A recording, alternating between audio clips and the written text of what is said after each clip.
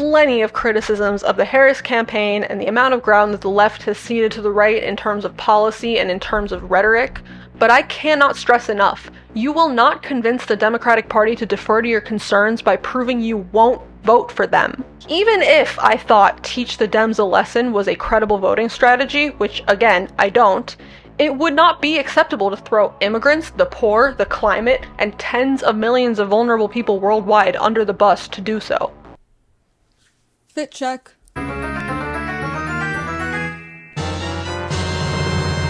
I can't get it all in frame, but that's what it says. Woohoo! Ha! Woohoo! I don't know if you've heard, there's an election right now. Ever heard of a guy called Donald Trump? A lot of hay has been made leading up to the election about the humanitarian consequences of a second Trump presidency. And for good reason. He's called for the deportation of over 20 million people using inflammatory and frankly genocidal rhetoric against them. Top figures in his campaign want to ban abortion with no exceptions. He wants to repeal the ACA with no plan in place for the 30 million people who would lose health insurance. He's been sabotaging peace negotiations between Israel and Palestine, and he's just generally made it clear that he wants to isolate the US from all of its global allies. It's not good. But there's this long-standing, pervasive narrative, one that I've been complaining about for years, that all of these horrible social policies are just the price we have to pay for the superior Republican economic policies. And it's like, that's just a blatant falsehood based on a blatant falsehood. First of all, it's not a zero-sum game. That should be obvious. Good social policies and good economic policies are not a dichotomy. In fact, the two go hand in hand. But Republicans in general, and Trump in particular, do not have the better economic ideas. Can we do away with this already? Over the last century, the rate of economic growth under Democratic presidents has been nearly twice that of Republicans. On average, real GDP grows 1.6 times faster, job growth is 2.5 times faster, stock market returns are significantly higher under Democrats. We've had 14 recessions since 1948. 12 of them have started under Republican presidents. On average, Republican presidents see a 1.8% increase in unemployment, while Democrat presidents see a 1.7% decrease. Study after study after study finds this to be the case. It's not even a question. The idea that Republicans are better with the economy is a thought-terminating cliche with no basis in reality. But Trump is uniquely bad. You can hear it from his self-proclaimed best friend of 10 years, Jeffrey Epstein. Listen to the Jeffrey Epstein tapes that just came out. They're crazy, but I'm straying. Recently, Trump has been talking a lot about the economic policies of William McKinley, a former president who he has a weird affinity for. A great but highly underrated president, William McKinley, highly underrated. A president who was assassinated named McKinley. And if you look at some of McKinley's words, he was very beautiful in a word. He spoke beautifully of tariffs. Our country in the 1890s was probably the wealthiest it ever was because it was a system of tariffs, and we had a president, McKinley, right? So for us nerds who took APUSH, you may know that the time he's referring to is in a period called the Gilded Age. Gilded literally means covered thinly in gold paint because this was a time of what appeared to be prosperity, but was actually masking serious political corruption and economic problems. It culminated in a severe, years-long depression where unemployment reached almost 20%. For reference, during the Great Depression, unemployment was just under 25%. It was bad. But of course, when Trump and his lackeys talk about it, they conveniently leave out that second part. At the turn of the century, our economy was rocking. We had no income tax, and all we had was tariffs. Oh, tariffs. It's wild how much of this part of his campaign just relies on fundamentally misrepresenting what a tariff is and does. Everything he says about them is wrong, both on the process of implementing them and what the result would be. It's actually crazy. If I weren't so busy right now, I would have come out with a video like a month ago just called, "That's Not How Tariffs Work." He keeps framing this as a tax that other countries are going to pay us to import their goods. That's not what a tariff is. We're going to be a tariff nation. It's not going to be a cost to you. It's going to be a cost to another country. A tariff is a tax that U.S. businesses pay when foreign goods arrive at the border. They are inflationary by definition because the point of a tariff is not to raise money. The point of a tariff is to bring the price of imported goods so high that it disincentivizes buying them and consumers go for domestic alternatives instead.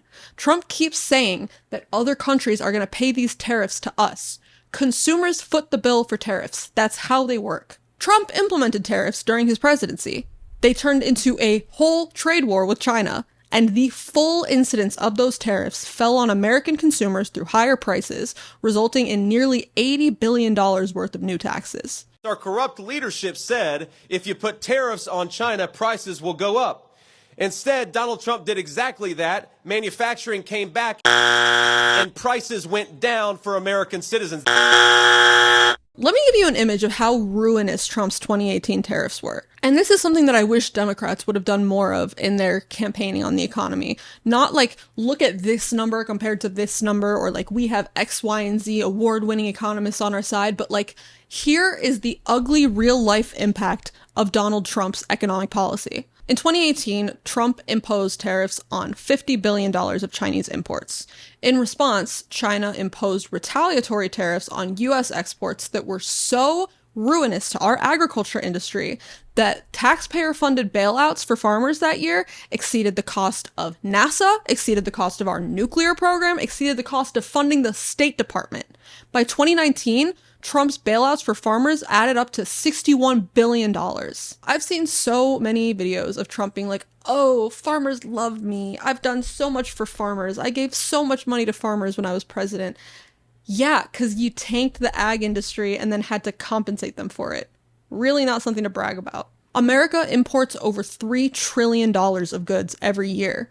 The $80 billion in added costs and nearly 250,000 jobs lost due to Trump's tariffs were when he only had them on 14% of imports. This time he wants to do it on 100%.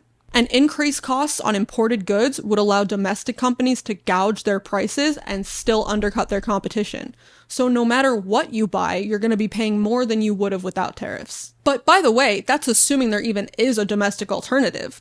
If there's no competitive US manufacturer for, say, electronics, then the result is just that we are importing electronics and paying more for them, and you don't have a choice. The conservative American Enterprise Institute estimates Trump's current tariff plan could cost consumers nearly $4 trillion.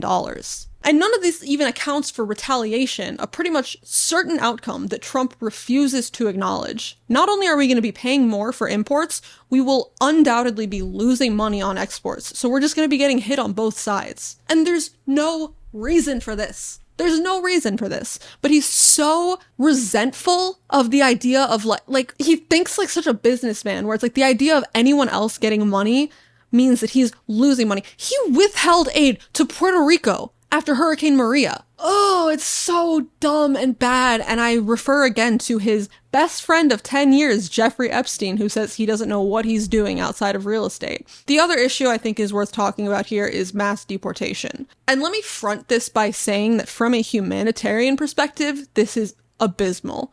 It's a massive human rights violation. It would destabilize the country. It would cause immense psychological harm to tens of millions of people. It's borderline, if not explicitly like, the original plan for Jews in Nazi Germany was mass deportation, and I've talked in videos before about how American rhetoric on immigrants can be Nazi-esque. But just from a cold, uncaring economic perspective, the cost of this would be devastating. The American Immigration Council estimates that it would cost $88 billion to deport 1 million people. And Trump wants to deport a lot more than that. They think it's 2 million. It's probably 5 times that amount. You hear 15, 16. Sometimes you hear 17. We have 21 million, at least 21 million. We have 25 million illegal aliens in this country right now. By the way, DHS estimates we have about 11 million undocumented immigrants in the country. They have no reason to downplay this.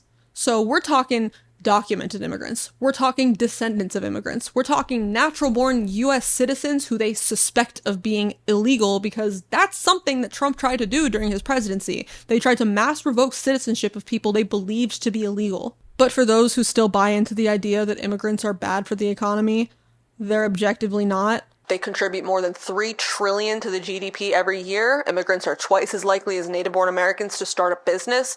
Undocumented immigrants specifically, every year pay almost $100 billion in federal, state, and local taxes, and because they don't have a social security number, they're not getting any of those benefits back. Mass deportation would decrease our GDP by nearly $2 trillion.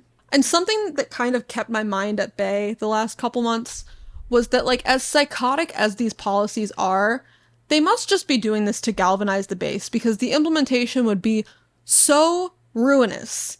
And there's no way they don't know that. But recently, Trump's dork MAGA unofficial running mate Elon Musk, as you can see, I'm not just MAGA, I'm dork MAGA, has been signaling that Trump's presidency will result in some economic hardship and agreeing with others who predict market crashes and financial ruin. We have to reduce spending to live within our means. That necessarily involves some temporary hardship, but it will ensure long-term prosperity. Now, Elon is stupid, and we know that he likes to repeat stuff he's told. We could see this when he was meeting with Putin in 2022 and then regurgitating Kremlin propaganda on Twitter, saying that, like, Crimea was Khrushchev's mistake, which is not a thought or phrase that he independently came up with. Given how closely involved Elon is with the Trump campaign, and the fact that he's very uncreative and likes to repeat what other people say, we have good reason to believe that people in the Trump camp are talking about how they know they're going to cause an economic crash. Elon is just the only one dumb enough to signal it right before an election. Also, his whole Doge thing where he's like, oh, we're just going to, like, slash all our government programs. This is exactly what Milei did in Argentina.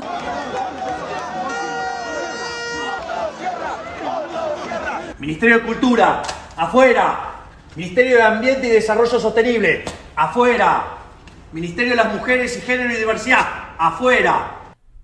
Go see how their economy is doing. God, there's so much that I want to talk about and so little time left to say it. The emerging Republican strategy is just to adopt policies that are so insane that to report factually on them seems inflammatory and partisan and biased. I'm not exaggerating when I say that a second Trump presidency would be disastrous, not just for this country's economy, but for its democracy and its relationship with the rest of the world. I have plenty of criticisms of the Harris campaign and the amount of ground that the left has ceded to the right in terms of policy and in terms of rhetoric, but I cannot stress enough, you will not convince the Democratic Party to defer to your concerns by proving you won't vote for them. Last time the Dems lost an election, the lesson they learned was to nominate Biden over Bernie. Even if I thought teach the Dems a lesson was a credible voting strategy, which again, I don't, it would not be acceptable to throw immigrants, the poor, the climate, and tens of millions of vulnerable people worldwide under the bus to do so. Let's not be Lord Farquaad here, okay? Some of you may die, but it's a sacrifice I am willing to make. The stakes are high, the circumstances are dire, but I've seen a lot of undecided voters saying that their primary issue is the economy, and they're leaning toward Trump because of the economy and because of the price of groceries and the cost of living. If you care about economic stability and growth, the choice is clear. We cannot afford another term of Trump's destructive policies. We need to protect our economy and our country from the mess that Trump and his team would create. It comes in waves, like the gravity of the election, and the fact that we've all just, like, tacitly accepted that if Kamala wins, we're gonna get, like, 1 million Jan 6s. I guess the benefit is that at least this time Trump's not in office, but it's not good. It's quite bad, actually. Man, that's not a fun note to end on.